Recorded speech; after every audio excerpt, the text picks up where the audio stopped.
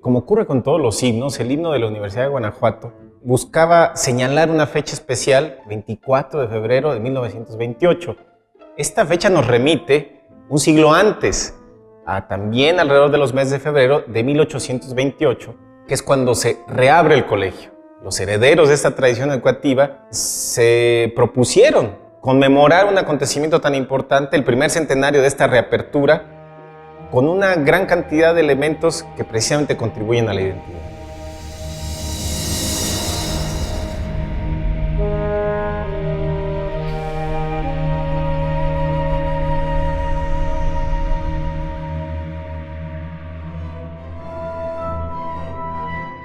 Gloria y honor al viejo relicario que prende en argentífero solar de sus aulas al nido legendario, mientras brilla con luz de centenario de los genios y mártires el decoro triunfal.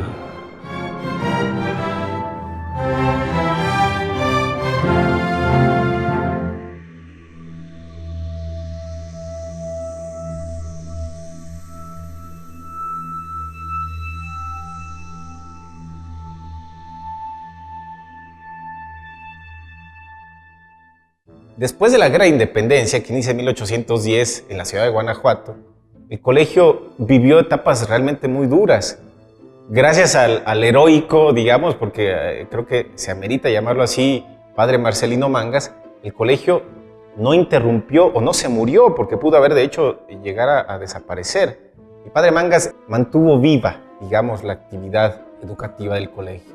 Lo que llama la atención es que 100 años después, los herederos de esta tradición educativa se propusieron conmemorar un acontecimiento tan importante, el primer centenario de esta reapertura, con una gran cantidad de elementos que precisamente contribuyen a la identidad. Los himnos tienen una historia propia, una consolidación, que precisamente mientras más antigua es de más abolengo.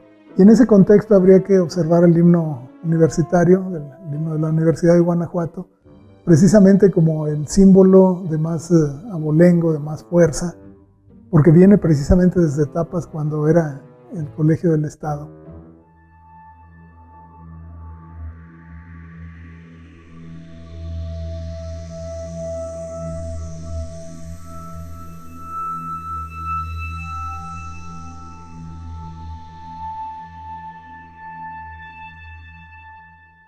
En ese momento, don Carlos Lisiaga era profesor titular de música del Colegio del Estado y a su vez lo era también de la Escuela Normal.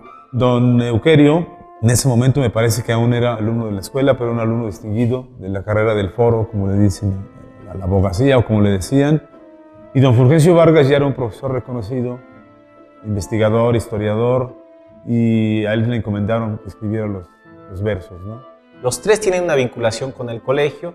La figura que me parece importante en esta triada de universitarios es la de don Fulgencio Vargas. Es un eminente intelectual guanajuatense, nacido todavía en el siglo XIX. Esto es importante por algo que voy a decir más adelante. Nace en 1875, si no me equivoco, cuando le encargan entonces la elaboración de la letra del himno, en 1924-25. Será un hombre maduro, pero no anciano. Y esto queda reflejado en el himno. De hecho, también queda reflejada su propia formación. Don Fulgencio fue un latinista, un maestro de letras griegas y latinas, un profesor de retórica, un profesor de literatura, y de eso tenía que finalmente echar mano para componer esta obra.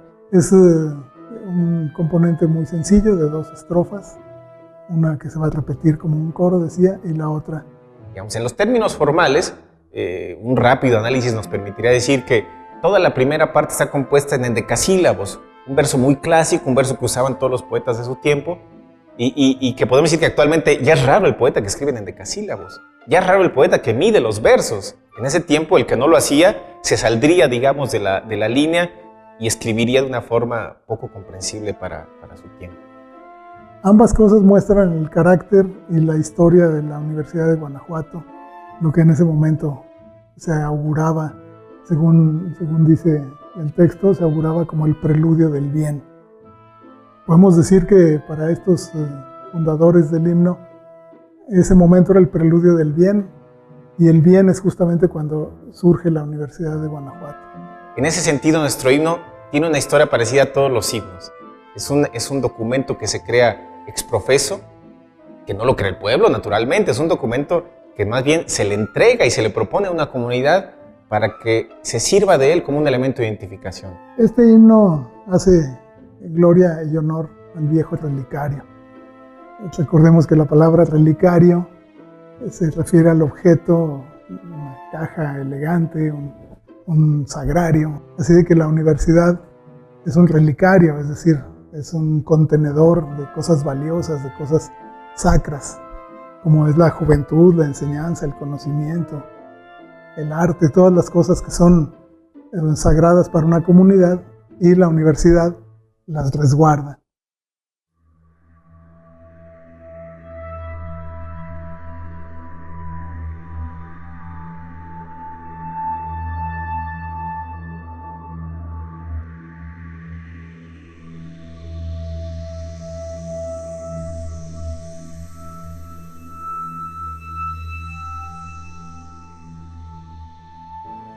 El estreno debe haber sido a piano con el Orfeón. O sea, el Orfeón era el conjunto de estudiantes, un coro, digamos, así, un coro mixto, con voces femeninas y masculinas. Entonces yo supongo que el estreno debe haber sido en esa versión. Y a una sola voz, quiero decir, no tratando de hacer polifonía, es decir, a varias voces, sino todos llevando la misma línea melódica con el acompañamiento del piano. Esta fotografía es el Orfeón. Al centro está el profesor Lisiaga y los que lo rodean son alumnos del Colegio del Estado que con toda seguridad son los que cantaron el estreno del himno en 1928. Ha de haber sido el piano porque el maestro Lisiaga era un excelente pianista y con el coro. Esta sería la versión original del himno universitario. Tuvieron la precaución de poner atrás sus nombres y aquí dice Orfeón del Centenario del Colegio del Estado, Guanajuato, 24 de febrero de 1928. Me parece que la propia elección de los personajes que participan en la creación de estos elementos identitarios tuvo todo el propósito de ser por sí misma simbólica. Ellos eran simbólicos y se les pidió crear un documento cultural, en términos literarios y musicales, que fuera simbólico para las próximas generaciones.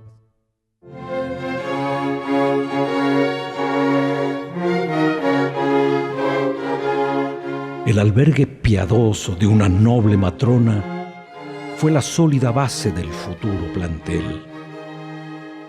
Y la pródiga mano de un minero corona las fecundas labores del preludio del bien.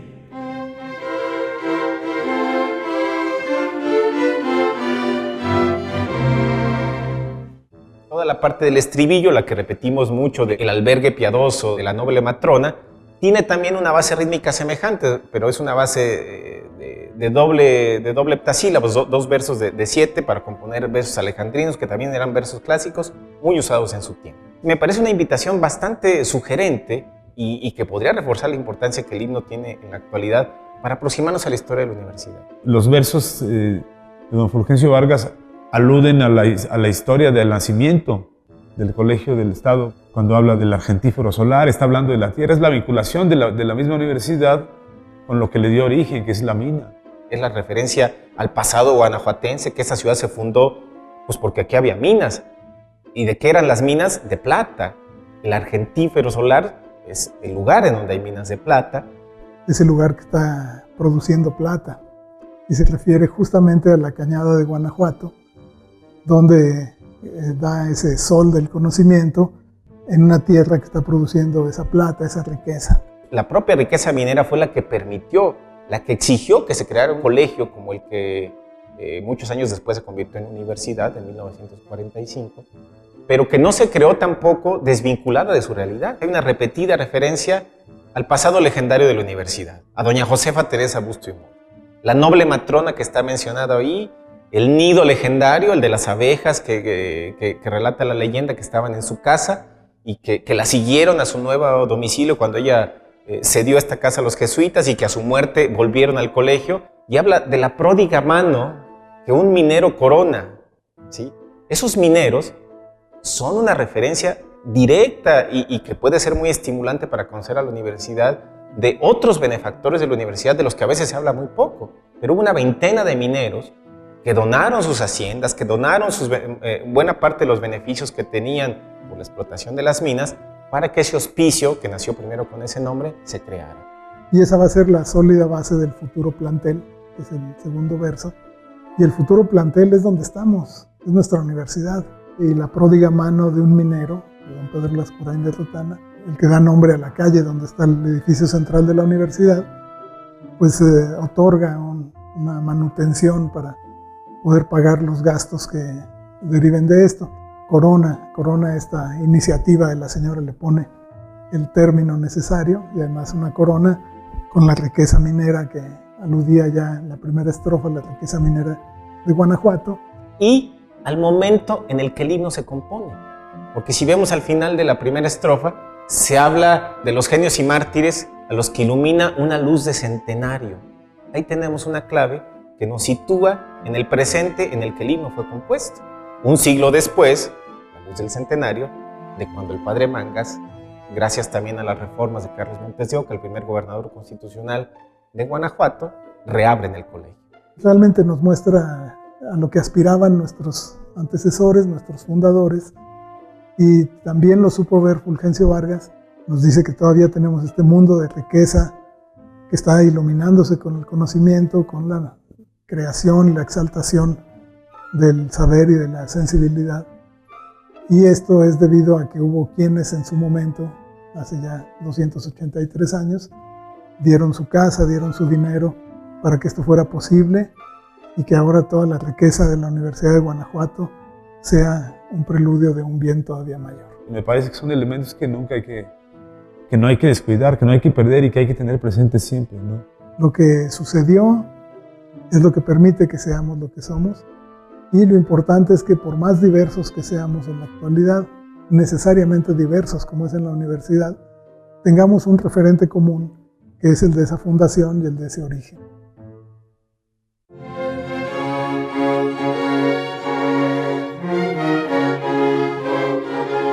La República imprime su caricia serena sobre el haz del terruño donde el alba nació. Y al influjo del beso, la vetusta colmena engrandece su vida de placer y virtud.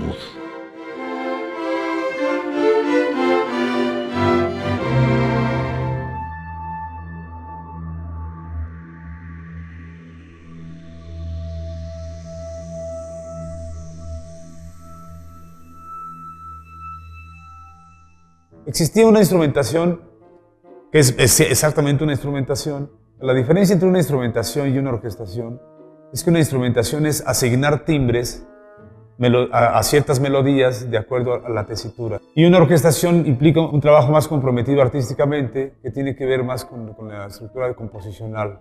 Ponerle algunos adornos con diferentes instrumentos, cambiar los tempi, o sea, el tempo al que se ejecutaba, ¿sí? Lo hacían más rápido.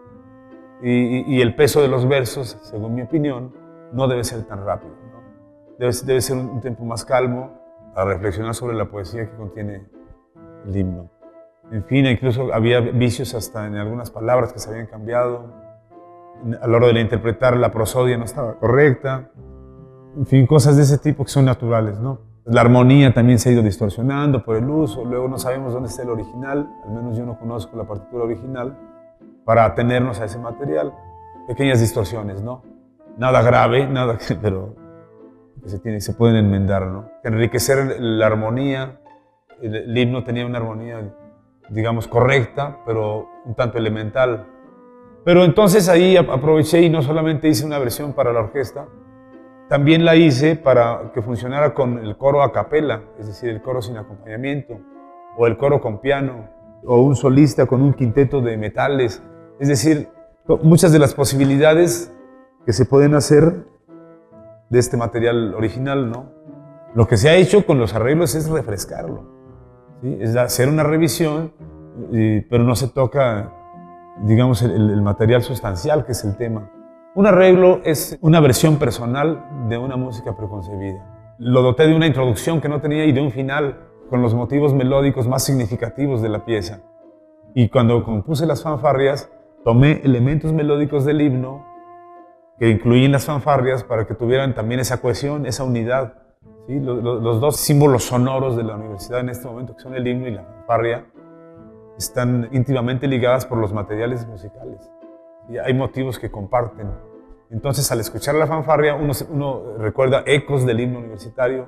El himno nos puede hablar, el himno nos puede conducir a reactualizar sus contenidos y a conservar lo que tiene también de elemento emotivo, en términos de sentir que a las personas a las que les dice algo esa música tienen algo en común conmigo.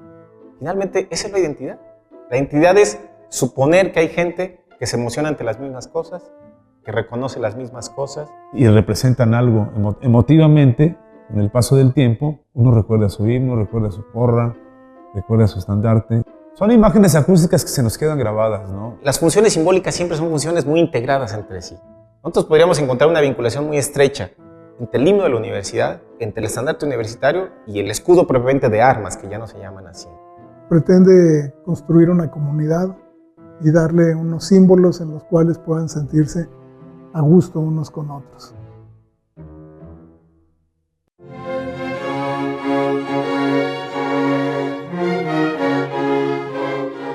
Que las plantas y lauros de pretéritos días reverdezcan en torno de santuario gentil.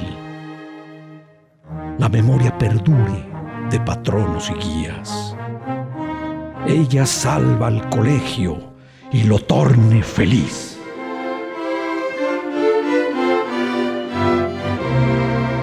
La identidad universitaria viene porque toda esta diversidad está referida a un elemento común, que son sus emblemas en general, pero específicamente el himno, porque es algo que actualizamos y que en cada acto oficial se puede cantar. Las autoridades junto con toda la comunidad lo cantan. Se pone como ejemplo de una ceremonia, de una formalidad en el que la universidad se une, vamos a decirlo así, en una sola voz. Y precisamente lo que tiene el himno universitario es que nos da una sola voz para toda la comunidad, en la que podemos vernos reflejados por el carácter y por la fundación, que son las dos estrofas que componen el himno. Hay que regresar a los emblemas, a los símbolos universitarios, para volverlos a llenar de contenido. O, probablemente para nosotros, llenarnos del contenido que ellos tienen.